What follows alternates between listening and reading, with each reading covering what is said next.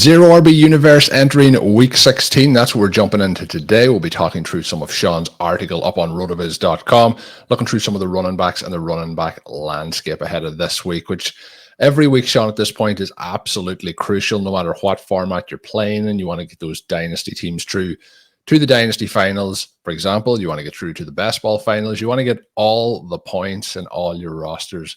So you want to make sure you're making the right moves as well at running back. At this point, it's not a case, Shawn, of looking to move for players or acquire players. You have them on your roster. It's about setting those lineups as well. But this week, again, we're looking at trying to meld the usage and the workload situations with a look forward. We've got such great tools to help users decide how they want to approach certain start decisions, how they want to attack different contests. And Colm, there are some great matchups for our guys this week, and there are some concerning matchups for our guys this week. I wanted to start it off by just one quick look back on Jahmyr Gibbs and James Cook, two of the smaller backs that we absolutely love. They both had massive weeks last year. They both had massive weeks in week 15 to help you get through the fantasy quarterfinals. And the final bow for that for me was, working through the Sports Info Solutions stats and just seeing, what they did in addition to putting up the big yards. And that is, how are they creating extra yardage? What are they doing in space? How are they becoming sort of the next and better version of Alvin Kamara and Austin Eckler? Gibbs was credited with 7 broken tackles and 1 forced missed tackle on 11 attempts. And Colm, that's the part that is probably the most surprising here, is that Gibbs has been better at creating evasion and even specifically breaking tackles at the NFL level than he was in college. That's not necessarily something that you tend to see because the NFL defenders are so just ridiculously superhuman in terms of size, speed, all of that type of thing. Cook was credited with 4 broken tackles and 5 forced missed tackles on his 25 attempts. So we're looking at a game here where Gibbs has 8 evaded tackles, Cook has 9 evaded tackles. I wanted to put that in a little bit of context by pointing out that like Kareem Hunt and Ezekiel Elliott, they have combined for 6 broken tackles this season on 263 attempts. And so, when we complain about Kareem Hunt and Ezekiel Elliott being involved in the game plan, it's not a matter of not liking those guys. It really is an evidence-based take that probably their teams are hurting themselves by putting them out there. A.J. Dillon, Tyler Algier, and Gus Edwards have combined for 7 forced missed tackles this season on 493 attempts. Now, those 3 players, their game isn't to force missed tackles. We're not expecting that from them. And yet when you're talking about almost 500 attempts, it does hurt your team if you're putting a guy out there who can really only get what is blocked. Now you're going to get what's blocked plus, what you fight through. And those guys are going to push the pile on occasion. But to be able to run to daylight, to do what Gibbs and Cook can do, I still think that's an undervalued part of what NFL offenses can bring to the table to give their opponents trouble. So cool to see what those guys did last week. Kamara and Eckler, 2 guys that I just mentioned, they have that same general archetype. They have the elite hybrid profiles. You're going to get some rush EP. You're going to get some receiving EP. You hope to get fantasy points over expectation whenever possible. But it's this hybrid profile that can do so much damage from a fantasy perspective. Alvin Kamara, more or less successful at that this season. Austin Eckler was actually doing a little better than I think that people realize until everything about the Chargers just collapsed over the last month. But in terms of what they're actually doing, we talked about what Gibbs and Cook did just in the last game, right? Kamara only 12 tackles evaded, so that's both broken tackles and forced missed tackles together. Only 12 all season. Eckler only 13 all season. When we look at how players might be priced in the future year, so we're thinking, like, how can we use projecting forward to 2024 to understand how dynasty prices might shift, but also when we're trying to think through in each given year what the risks of collapse are. And it's very easy to make a mistake by drafting someone who is unproven, who misses, and for that to be very visible. It can often be less, not necessarily visible, but it doesn't seem like it's as clearly your fault if you draft someone who is older and is headed for the cliff, but was good last season, and then they fall over it, and you're saying, well, how could we have known? I'm not saying you could necessarily know, or that you should avoid all of those players, but we want to keep that risk of either thing, of an unproven player not taking the next step or a proven player falling off the cliff. We want to understand that both of those things are risks, not one or the other, and that there's some serious upside to making sure you have at least some exposure to players like Gibbs and like Cook. Certainly fantasy managers who had that exposure last weekend are very, very happy. But Breece Hall, Bijan Robinson combined for 3.5 points last week. How long we get some good Big Lebowski references in here. When it comes to these two coaching staffs, there is no bottom. But the Washington Commanders have arrived for the New York Jets. The Commanders have given up the third most expected points and the second most fantasy points over expectation over the past 5 weeks to opposing running backs.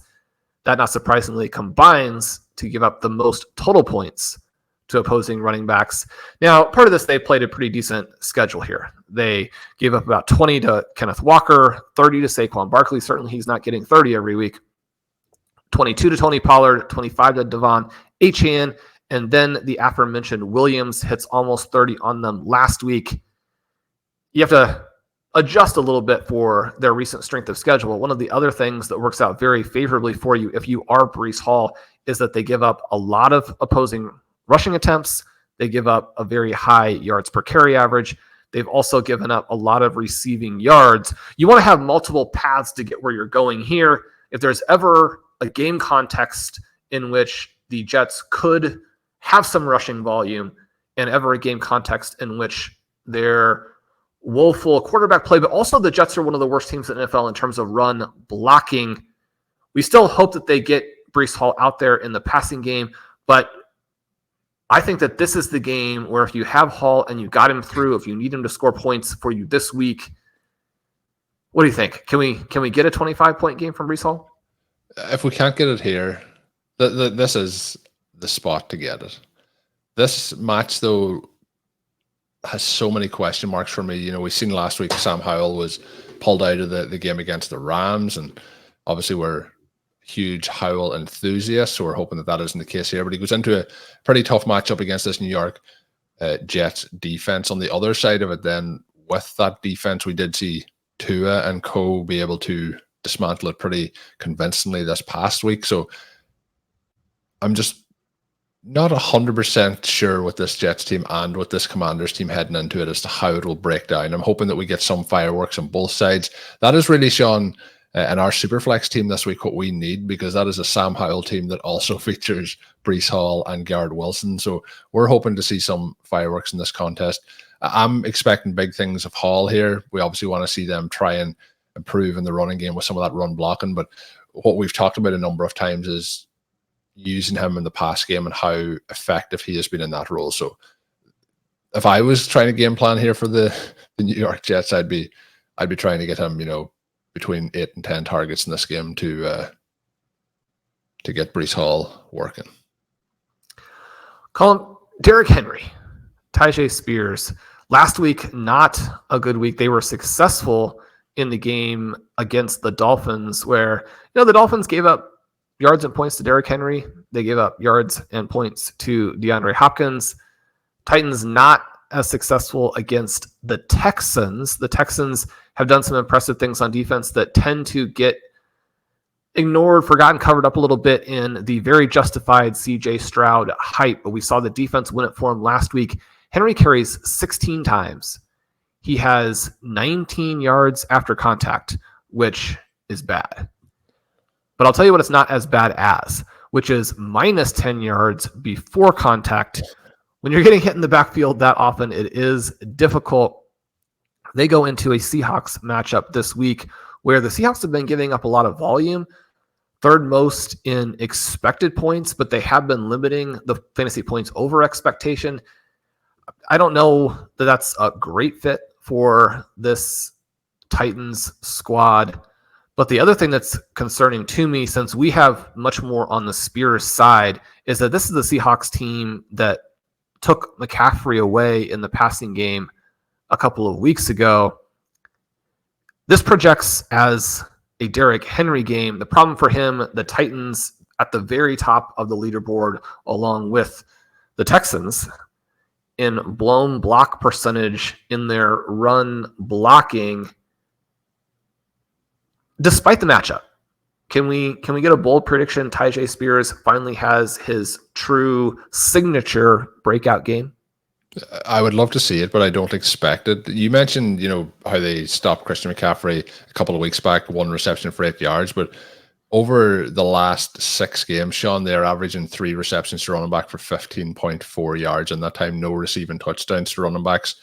We're getting Darrell Henderson 4 for 28. We get Christian McCaffrey in that first game 5 for 25, which I think we're mentioning the game 2 weeks ago, but that is limiting him on 2 separate occasions.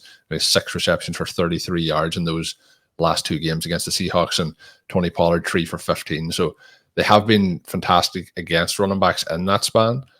So there's a chance that there's certain players, certain coverage that gets broke. One thing we have seen with Spears a couple of times is catches for lots of yards after the catch. So we'll see if that could be the case. But this is a tough matchup for the Titans running backs. And Derrick Henry, on that note, has been a little bit.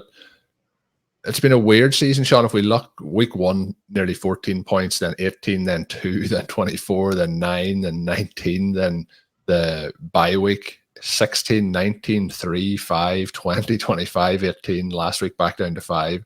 So, and the whole, he has had some very strong weeks. He's been an RB1 50% of the time, but he has then had multiple games sub 10 points, which has been a tough little stretch for him there. So I think this is going to be a pretty tough one for the Titans. And with what the Seahawks did show this week against the Philadelphia Eagles, I think the Seahawks might just take this one as well. So now I have a sort of a start-sit question for you. We're excited about our main event team. We do have some work to do, and partly that work is going to require us to score at least a few points from the running back spots.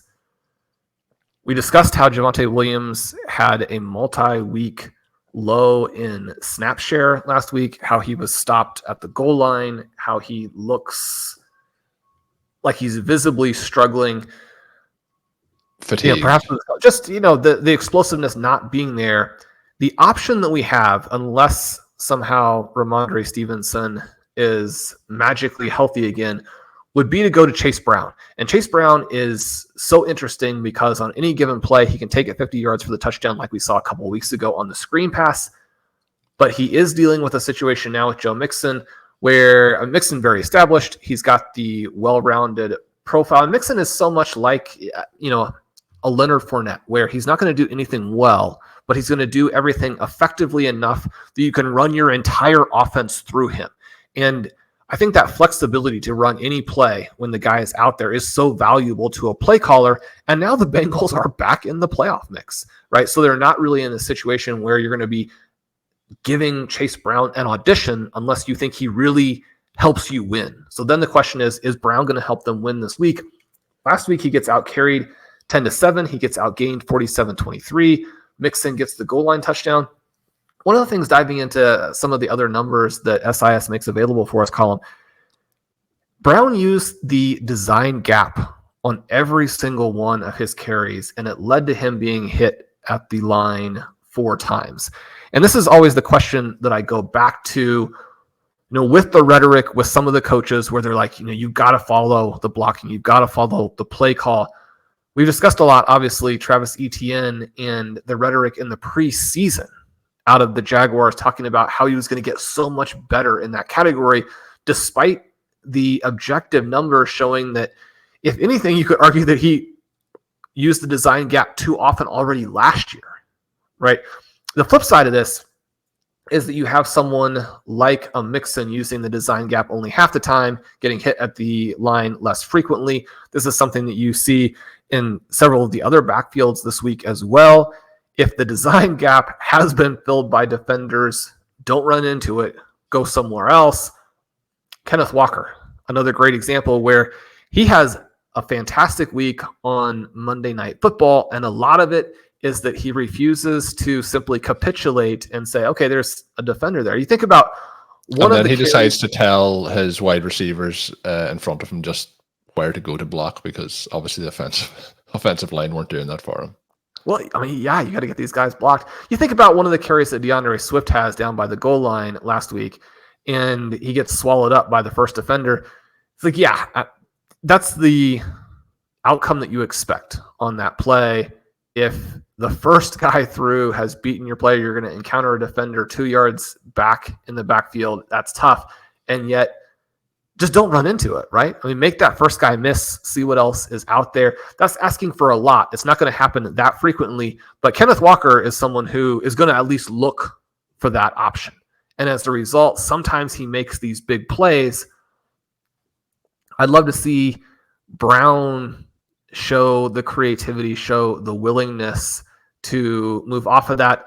I read a little bit more about it in the article. That part was just interesting to me in terms of like what their self-evaluation was this week for the players, how they're going to use Brown. Is he going to be somebody who can go out there and catch passes? Because Colm, he also was not their preferred player in terms of running routes. And then we have this interesting mix in terms of what the Pittsburgh Steelers defense presents as a challenge. This getting very close to a must-win game for both of these teams if they want to accomplish their preseason objectives. Yeah, so I think we're set up. When you said at the start set, I assume we're talking Javonte versus Chase rather than Mixon versus Chase Brown here. So probably the big thing here when you look at both of these players in the Stat Explorer is one has been extremely efficient in Brown, 18th at the position, and then we have 126th at the position for Javonte Williams. Williams has had 3 RB1 games on the season. The latest of them only been 2 weeks ago where he had 18.1 points against the Chargers. But his peak this season, Shawn, is 21 points. But the frustrating thing with Williams this season is he has been an RB3 or more 62% of the time this season. Yeah, so an RB3 or worse. RB3 or worse, yeah. So we are looking at situations there where we're sub 10 points a lot of the time, but sub 8 points on the majority of those. So while we have a smaller sample size and it's only over the 3 weeks, and in the weeks at the start of the season, which I think, Shawn, we can kind of bypass, we have week 2, 3, 4, 5, and 6, where it is basically 0-point games, 1-point games, and a 2-point game for Brown. But against Jacksonville in week 13 is 6.1, then 19.5. We know he had the long rush or receiving touchdown in that, but last week as well, 8.1. And this is obviously when you're looking to win competitions or win for people who may be in semi-final situations, it can be very hard to make this decision. But when you're looking at the floor at the moment, what we're seeing with Javonte Williams and how he could potentially continue to be phased out of the offense over the coming weeks, and how they've been, rushing Russell Wilson and close to the goal line, for example, there is just so many concerns there. Whereas it feels like the upside and potentially the floor based on receiving is on the Chase Brown side here, which is quite uncomfortable because Javonte is somebody who obviously we really like and we had high hopes for this season. Even as the season went on, it felt like that would be the case. But he faces off with the New England Patriots, who are obviously not great on offense, but are pretty stout in terms of defensively. And we have time to make this decision before we have to, set that lineup. But at the moment, I would be leaning towards taking the risk with Chase Brown. How are you feeling in that particular decision? Anytime that you're going to go away from what is probably a big split in workload advantage to one player, you'd have to be extremely confident in the other circumstances that we're going to push you to that. I guess I just wish that Williams didn't have such a catastrophic matchup this week, because that's the only other thing that pushes this into a conversation. You just have to go with the potential snaps. And yet week 15 was the first time since week 6 that Williams went below 50% on the snaps. We talk about backs with carries of 150 or more. So the guys who are really heavily involved in their offenses, only Tyler Algier is worse before contact right now. He also lost 7 yards on his 2 catches last week against Detroit. So you're having somebody who's having a very, very tough time getting going. When we're looking for ceiling, we're thinking about big plays. If Chase Brown broke a couple, and that ended up being the difference. And again, I mean, the chances of a guy breaking a couple of plays are so small. And you think about what Achane has done this year. You think about what Keaton Mitchell has done this year. Chase Brown, a similar type of player. You really need more proof at this point of the season to pull the trigger on that kind of swap. And yet we've run out of time. So now you've got to have the guts, take the risk, and live with the probably negative consequences, or you take the safe play, you push everything down the street one more week, and you potentially get eliminated because other teams are pulling away from you. Colm, RB2 is our weak spot. The tricky part with things like that too, Shawn, is when you are setting it up, sometimes it's like, well, this player has a prime matchup and he could, rush for 100 yards and 2 touchdowns. But at the moment, it is like that for me doesn't feel like it's in the range of outcomes here with the match, but even without the matchup for Javonte, it's not like when they get inside the 10-yard line, they're going to hand it off to him repeatedly. Like, it's a chance that at least if it goes 3 downs, that he is likely to be pulled on one of them. But we are seeing at times where he's only in there for one of them, pulled out for 2 of them.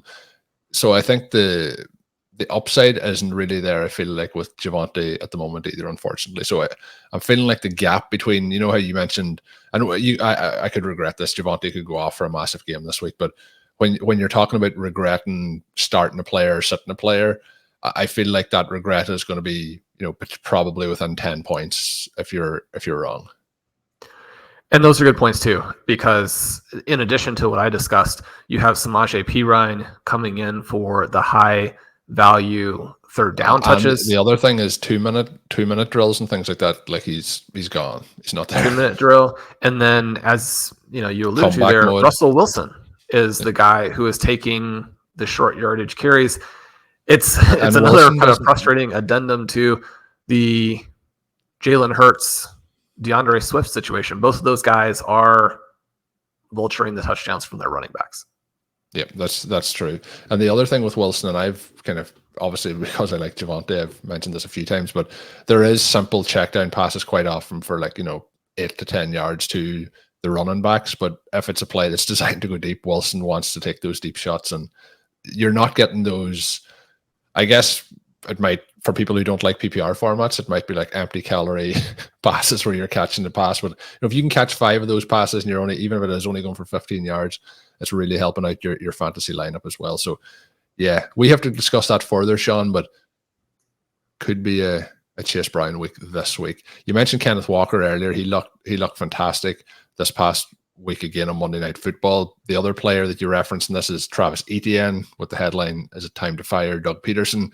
That has been frustrating to follow along this season as well. But Shawn, Devin Singletary, you've titled it here, Devin Singletary is here for the fantasy playoffs. This isn't the first year, Shawn, that we have seen this from Singletary. 2 seasons ago, he was part of our charge towards that 2nd place finish in the FFPC Best Ball Tournament. But I did not see it happening in Houston this season for him, and particularly even when the season started. But it has flip-flopped with how the running backs have been used there. And Singletary is in another pretty decent spot this week. It's always interesting when you get to this point of the season, who are some of the running backs that you would rather see on your roster. And we just talked about Javonte Williams, but I didn't think I would be saying this, at the start of the season, but I would much rather have Devin Singletary at this point than Javonte. And I don't think that's close. Yeah, he's been fantastic recently. He gets the game-winning run in overtime callback, but still finishes with 121 rushing yards. He has the 5 broken tackles. Singletary has always been one of these guys to put up big evasion numbers, and yet some of the other peripherals have put it in the opposite direction for him, in part because he doesn't have the long speed. So he's been a guy who's been able to turn evaded tackles, whether they're broken tackles or forced missed tackles, which at times has really been more his element because his lateral agility is so elite. We tend to think of the big plotters as being running backs who can generate evaded tackles of one kind or the other. And for them, it's often the broken tackles, but not actually yards, and don't break the big plays. So it doesn't really help you. Singletary has been that at times in the past, even though he's a small back. This season with the Texans, he's again posting some of these impressive peripherals, but it's working. And so much fun to see what he's doing here. He loses a decent number of routes in this game to Ogunbowale, but those are plays where they're mostly just trying to give him a breather. He still gets the 6 targets on his 7 routes, 4 receptions, 49 receiving yards. Receiving has been an area where he has tended to underperform in the past. It was one of the things that kept him from ever really emerging with the Bills the way they wanted. It's the reason that they went ahead to James Cook, which is working out for them as well. Singletary, so cool to see what he's doing. It will probably help him to get Stroud back. It doesn't appear that will be the case this week. Not a great matchup against the Cleveland Browns sort of globally when you think about them having poor QB play. The Browns have been this interesting mix as a defense where they have playmaking ability. Their rush defense has collapsed through the course of the season, but there are still some things they do well. They've given up rushing touchdowns. They've given up receiving yards. You love to see a defense that's giving up high value types of touches and plays to the running back position. Some of that is going to be fluky in a way that we wouldn't necessarily expect to carry over to this week. But I would say this is, mostly a neutral matchup for Singletary. If you have him and don't have 2 clear-cut stars to put in there, he is a good option for you in the fantasy semis. Last one, Shawn, to talk about today on the show, and we've seen James Cook have a huge day against the Dallas Cowboys this past week as well. The Dolphins now face the Cowboys in week 16 in a game where, if you're looking at targeting games for potentially advancing earlier in the season, I know week 17 is where people put a lot of focus on, but week 16, this matchup, we would hope to see it be a nice high-scoring one where we get lots of fantasy production across the board from both the Cowboys and from the Miami Dolphins. The Dolphins, obviously, I mentioned earlier in the show, faced the Jets. Didn't really have to do a lot to push the score up in that particular contest, but Raheem Mostert got in the end zone twice. Devin Achane coming back, working his way back from injury to full health. A little bit quieter, not getting those goal line carries. Obviously, it affected the day. And then Tua, just the one passing touchdown to Waddle, which was obviously fantastic to see Waddle back involved in a big way there. But we'll see with Tyreek Hill. Hopefully he'll be back in the mix. But lots of injuries across the board. Before we started recording, I did see that Keenan Allen is out for this week again. So lots of players missing at a crucial point off the season.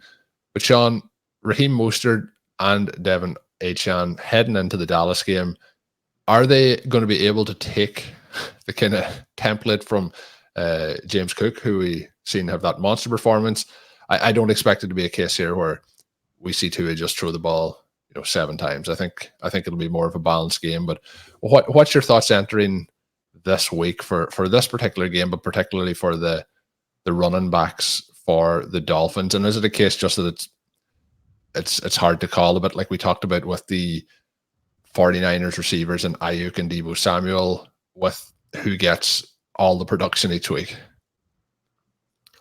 Yeah, one of the things to keep an eye on is whether or not Raheem Mostert is a little bit dinged up. They have appeared to be trying to get him some benchmark types of scores. You think about the rushing touchdowns that he has put up recently. It might be a situation where the health consideration this week and the explosiveness and what they need to do to compete and to keep up with Dallas sort of shifts this back a little bit in the direction of Achane. Achane, someone who has been getting a little bit more of the receiving opportunity. Again, just to kind of hammer home how skewed it has been for those high value looks in the rushing game around the goal line. Carries inside the 10 over the last 3 weeks. Mostert has 13 with 5 scores. Achane just the 3 with 2 scores. We could see that balance back out. The big picture is simply that the Dolphins have been extraordinary in the run game. You pull them up in the screener, you can see that they're averaging 8.5 rushing fantasy points over expectation. That's a crazy number. There are only 4 teams in the NFL that are averaging more than 1. Again, not a huge surprise because you can't have too many teams over expectation, or it's no longer what the actual expectation is. But those teams, the Dolphins, the Lions, the 49ers, and the Ravens, again, nothing at all surprising about that. The four kind of big-time elite running teams.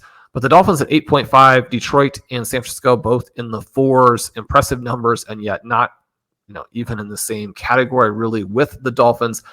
As I was looking back over the rest of this century, look back to the year 2000 to see what teams would be similar. The only team through week 15 that has numbers like this is the Chargers when LaDainian Tomlinson, and these are the full season numbers, not just through week 15 for him, but he rushed for 28 touchdowns. He averaged 5.2 yards per attempt. One of the reasons that LaDainian Tomlinson was this legendary fantasy player who could put up 30-point per game seasons is for reasons like that. And so, that's what the Dolphins are doing. If it were just one guy, we would be talking again about legend. Because it's two guys, we're talking about them being league winners. Again, something that's very valuable to you. I think they could both do it this week, and there's certainly going to be some incentive for the Dolphins to get up and then to try and soak some of the plays out of this game, similar to what the Bills were able to do last week. On the other side of this game, also very interesting from a running back perspective, we had Tony Pollard coming in on a 4-game stretch where he was averaging 21 opportunities. He was averaging 8.6 points per game. That collapsed last week against the Bills. Game script taking it away pretty quickly. The Dolphins have been a difficult matchup for opposing backs. And again, the one kind of big exception there was that meltdown against the Titans. The last Derrick Henry there. That game. Yeah. But before that, and we kind of look at it bigger picture, and some of this depends on just how you see the New York Jets. They have Breece Hall. He's had some big games.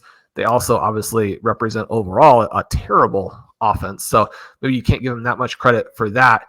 They stopped Breece Hall a couple of times. They stopped Antonio Gibson. You have Josh Jacobs back in week 11. So we're kind of getting, back out of this most recent time period here. Jacobs is held to only 6 points. There is an element where they're a little bit more exploitable through the air. During the hot streak, Pollard was averaging just under 6 targets per game. He was averaging 8.6 receiving EP. That's sort of the gold standard. That's where we want to be to get these guys with the sort of legendary upside, as we like to say.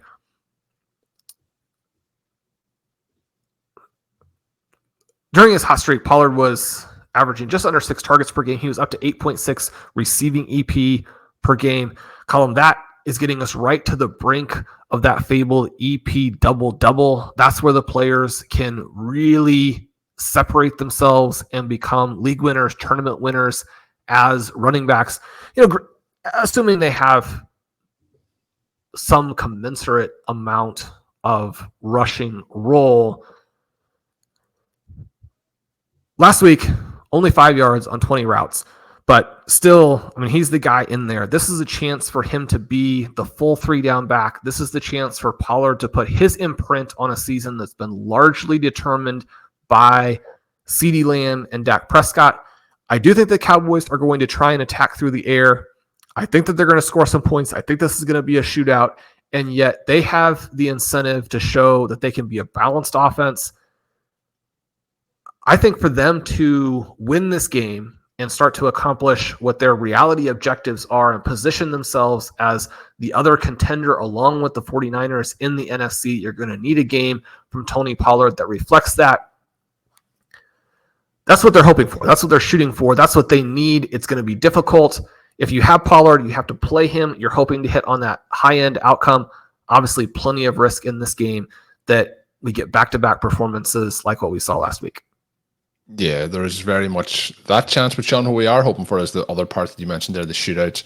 Hoping for high-scoring games across the board, because that is what makes these games enjoyable, which makes fantasy football enjoyable. When you're in this point of the season, you want it to be a case where the best players are making the best plays, and then the best teams are winning the fantasy championships. But we know that that is not always how it happens. And some of those teams who may have had a bye in week 14, sitting back, feet up, relaxed ahead of the playoffs to see who they face this week, some of those teams will unfortunately meet their demise in week 15, but hopefully not for those of the RotoViz Overtime community. We are going to have a Monday show. Obviously, the upcoming Monday will be Christmas Day for those who celebrate the holiday season. Myself and Shawn are going to pre-record a show that will come out. It won't be a recap of the contest, but it should be a fun show for people who want to have something to listen to over the course of that point in time. So do make sure you are subscribed to the RotoViz Overtime podcast feed to get that once it is available. My name is Colm Kelly. You can follow me on Twitter at Overtime Ireland. My co-host, as always, is Shawn Siegele. Check out Shawn's work up on RotoViz.com. Wishing you a enjoyable week, a happy week, and hopefully you're advancing in whatever format it is you play in this week. And until we are back, have a good one.